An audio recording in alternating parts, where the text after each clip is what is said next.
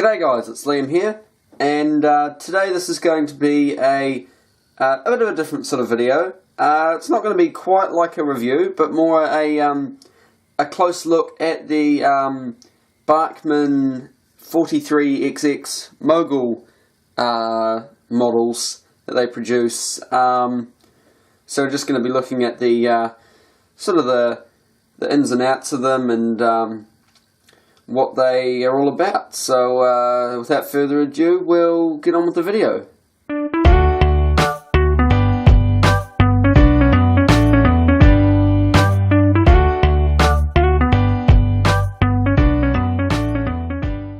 So here in front of me I have a lineup of, here you can see obviously we've got two tenders and two actual engines. So what we have is, first of all, just move this back, we have a Bachmann 43xx, which is numbered 5355, and basically this is my main sort of, this is the Bachmann one that I have. Behind it, what we've got is a mainline model. If we just move this one back. Now this, yes, is a mainline model. And this is the one, for those of you who have been following my channel for a while will remember, the engine in it died, so I made it freewheeling, and it has the flickering firebox. Now, the thing with these models is that Mainline, as a company, then became another company called Replica Railways, which you may be familiar with if you're watching this, and the Replica Railways was then absorbed into Bachmann Europe, which is what this model here is from. So what we have is basically the same model but from different manufacturers and different ages. So there's actually these models are actually from the exact same tooling, or at least that I can see, and basically what we have, though, the only difference is that the Bachmann variant has a nicer motor, so much smoother and updated operations rather than the old Ringfield motors that these were fitted with. Now, an interesting point I would like to make is the liveries of these two models. Bachmann does actually have their own GWR green colour, and I do believe it is very slightly different to the Replica GWR green. Ever so slightly. You can probably see it in this on camera, but at the same time this has actually been weathered and matted down, so that may be the matte varnish showing through, where this hasn't actually been matted down yet.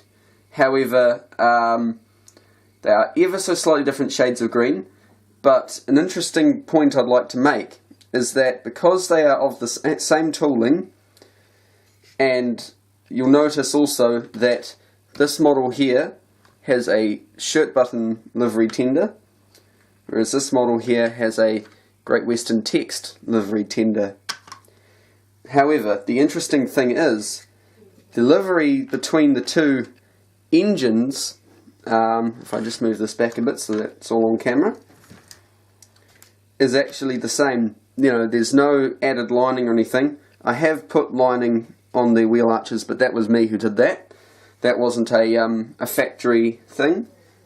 And so, if I so wish to, I'll just move this out of the way, I can actually change the tenders. They are interchangeable with one another. So now I've just taken a locomotive that was in shirt button livery because of the tender, and it's now in Great Western Text. So that's actually quite a neat little thing, you know. I've got, so I can run this engine in two different liveries simply by changing the tender, which I think is a neat wee thing, and I'm happy with that. Now, another thing that I need to mention is that I have actually modified this quite a wee bit since I got it.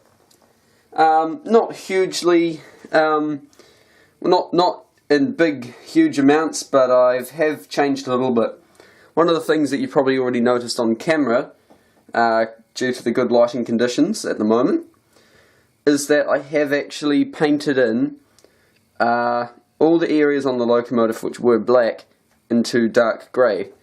And that actually, I explained it in the last video if you've seen that, but that just gives it that really low-key sort of weathered look to it. It kind of gives it that sort of, you know, that almost faded in the sun kind of, the black paint's been there a while and it's, you know, it's gotten mucky. Maybe they've tried to clean it a few times and it's sort of started to wear away a bit. It just gives that slightly dirty look.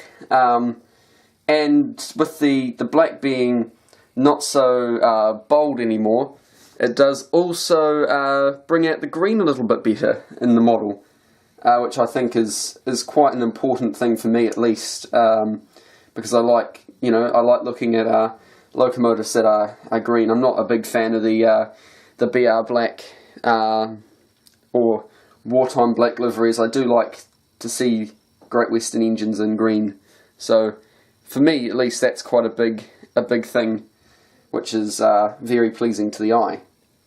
Another small modification I've made is that I have actually painted up the cab interior a little bit.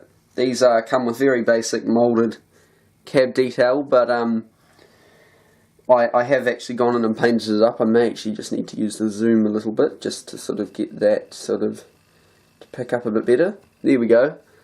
And so I've painted in all the, around the fire hole doors, the baffle plates, regulator, all the pipe work into copper and brass colours and regulator and everything.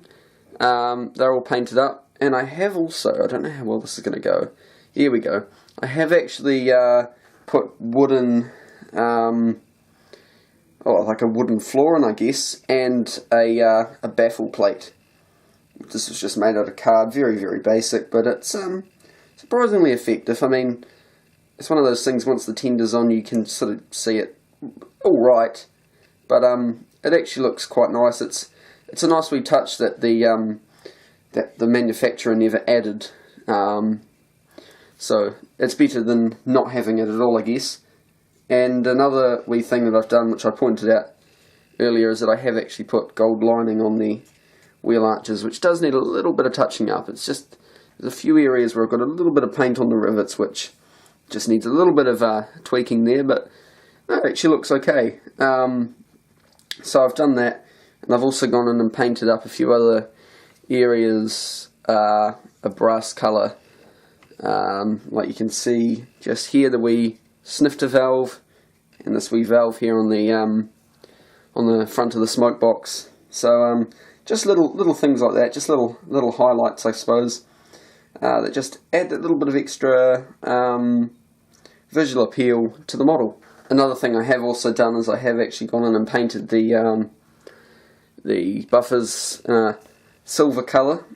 I only did one coat with that, so that you get a bit of black protruding through, so that yes, they are silver, but they're also, they're not fully silver, they're not shiny silver, they're just sort of silver, patchy silver, so it does make them look a bit used, a bit mucky. The camera's not really picking it up all that well, but in reality, yes, they are a very sort of patchy silver, which is quite a nice wee effect, and I'm quite pleased with that as well. So for those of you who are watching this and wanting a bit of indication on sort of the paints I've used, so for the grey areas, I've used Resine Test Pot paint.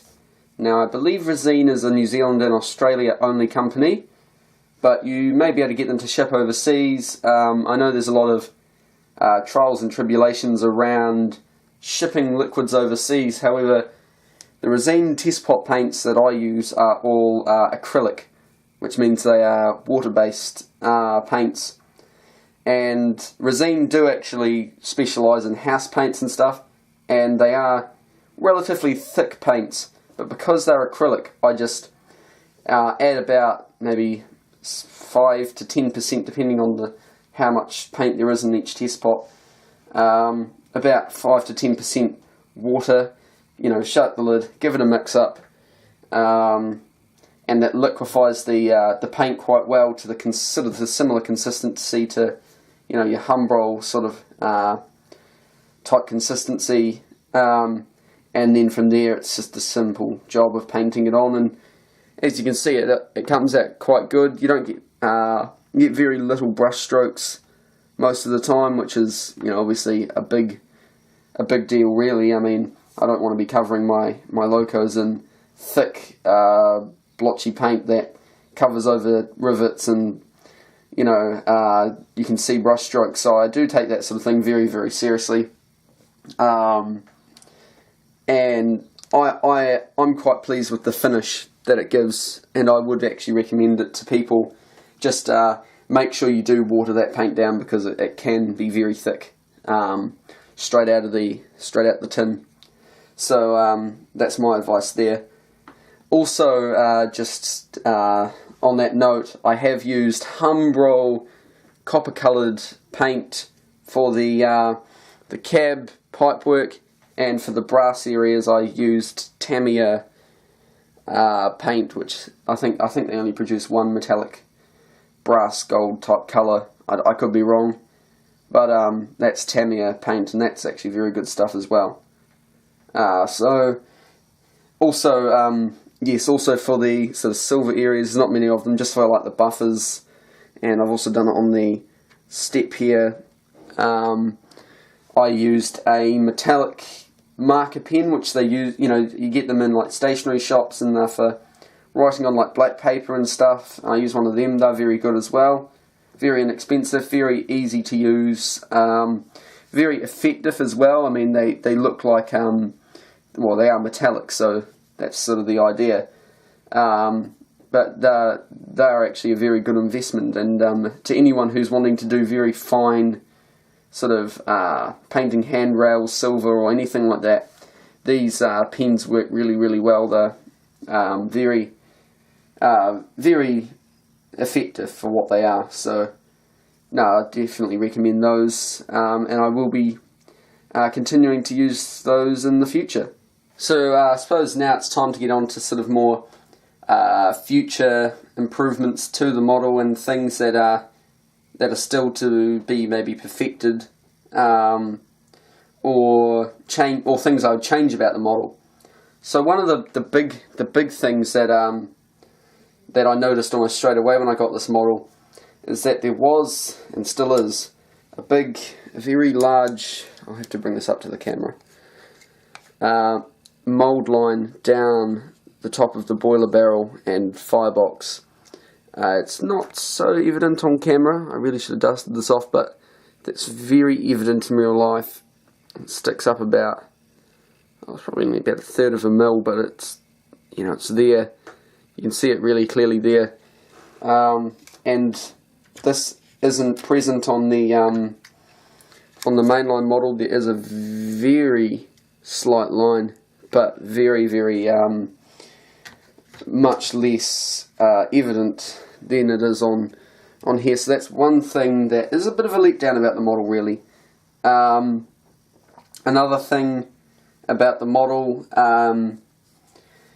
that is a wee bit of a need of improvement is that, well, it is old tooling. There's a lot of the detail is moulded like a. I think if Bachmann was to do a retool of this model, you know, the boiler, other than that big burr along the top, was probably fine. You know, that's all good, but the things like flush glazing, or even glazing at all, would be nice. The model doesn't come with that fitted or anything. Also, the cab detail is, of course, all moulded, which again isn't great. It's nice. It's nice when it looks alright when it's painted up, but you know, we're into the era now of, you know, very three-dimensional cabs, you could say. So I think that's another thing that could be changed.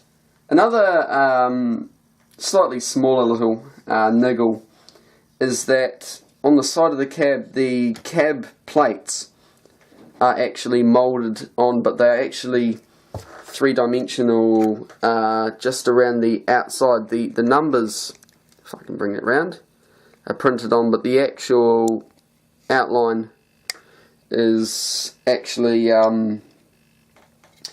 is molded in. So putting a new etched plate on would be quite a challenge there, because it does come very, very close to some fine rivet detail. It's the fact it's surrounded by fine rivet detail, so that would actually be a wee bit of a squeeze there to try and, you know, get that to be flush. So that's just another little thing that they could improve. So I think other than that, it's actually a pretty sound model. It runs very well. Generally the detail is pretty sound. I haven't had anything fall off it or anything. It's, you know, pretty sturdy, and overall a well designed and put together model. So I can't really complain too much about it. It's just those little things that there's room for improvement. But I mean, you could say that about any model really. No model's going to be immaculate, RTR at least, because obviously they're still having to construct them on a budget, you know, and so sometimes corners do have to be cut. But I mean, this model was, I would say, would easily be worthy of probably about, I'd say, an 8 out of 10. It represents the class very, very well.